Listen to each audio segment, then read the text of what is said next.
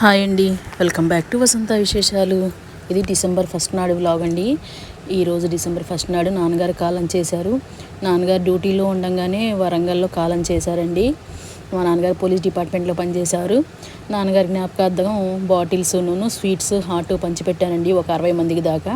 ఇక మధ్యాహ్నం ఇంట్లో ఏమి లంచ్ చేయలేదండి, ప్రిపేర్ చేయలేదు.